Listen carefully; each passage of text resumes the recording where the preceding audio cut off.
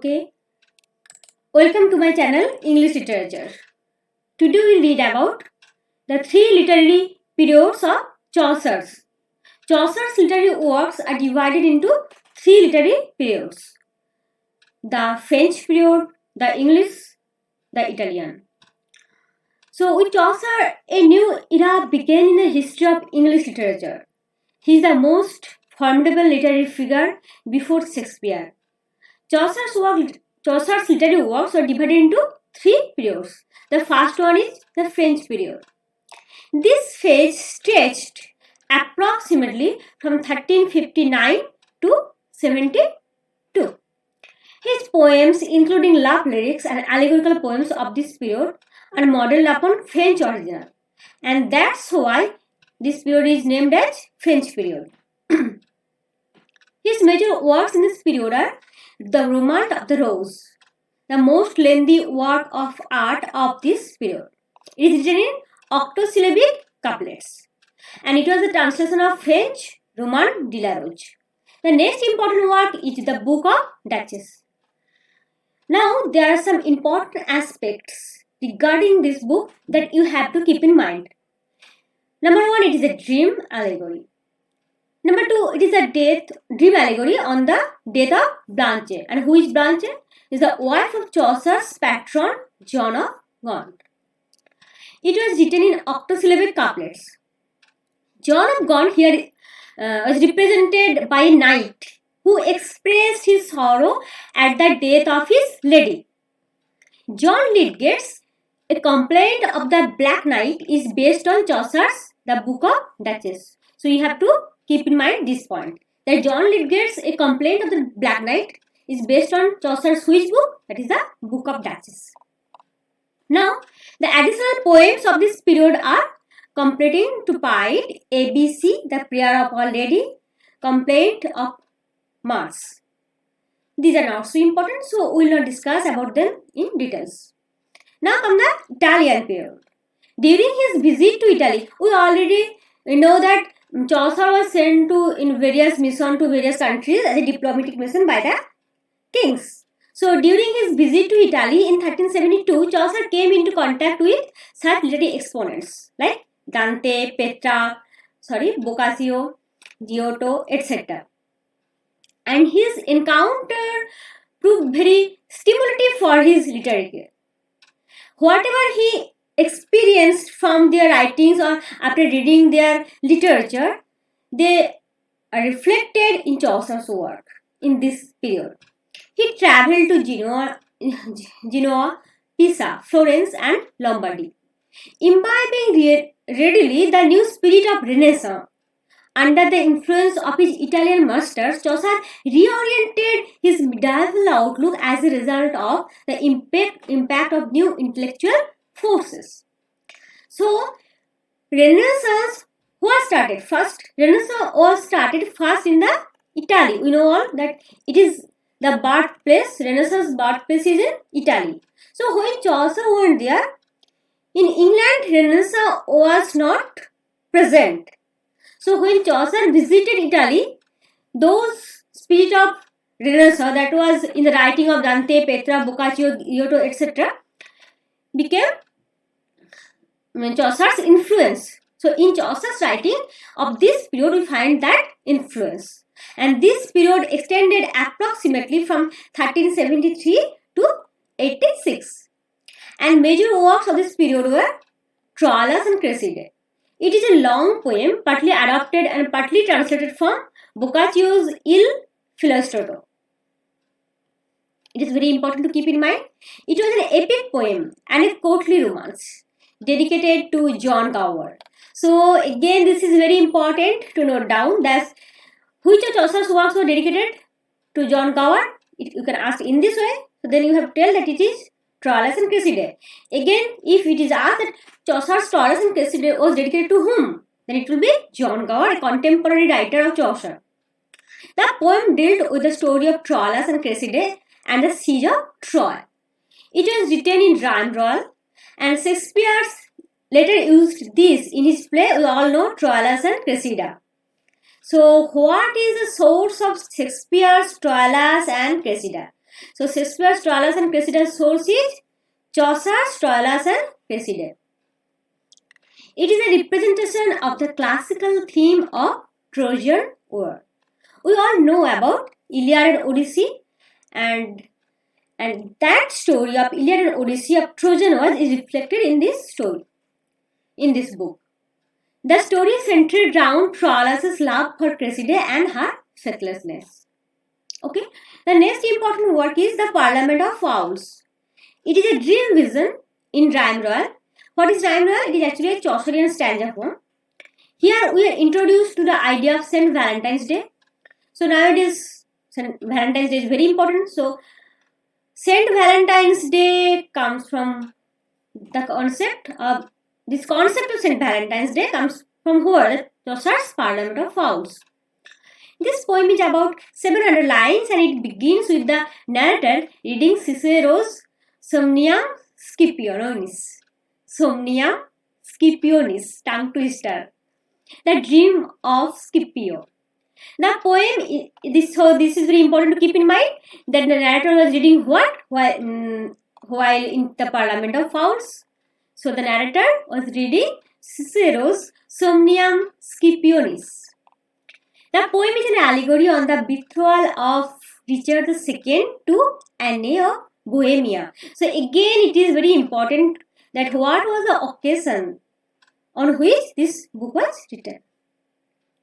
So I am marking these important points here and you must note down while reading or while listening.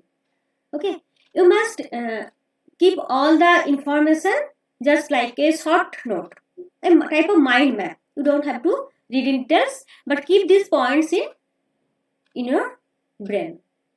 The House of Fame, the next word. This is an incomplete dream and medley. It is an invocation to the god of sleep. The source is Dante's Divine Comedy. Okay. The source of Chaucer's The House of Fame is Dante's Divine Comedy.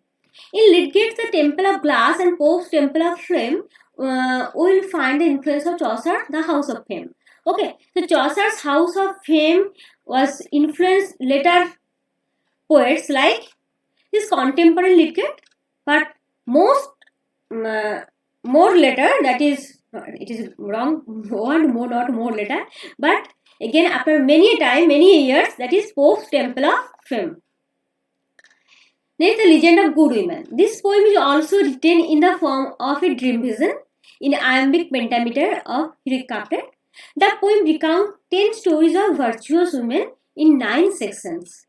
They are Cleopatra, Dido, Thisbe, Hypsipyle, Medea, Lucrece, Ariadne, Philomela, Phyllis, Hypersta.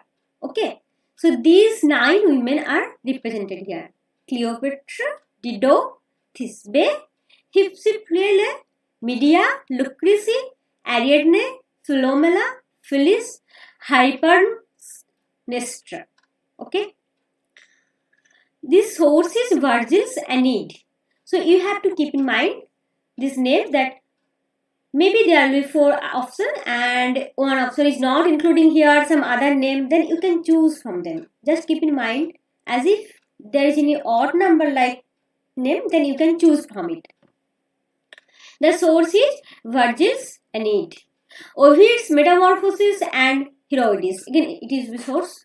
And these are the other sources, but the most important source is this one. The poem is also incomplete. Now, Anelida and Arcite. It is a poem that explores the story of Anelida, the queen of Armenia, and her wooing by a false Arcite from Thebes, Greece.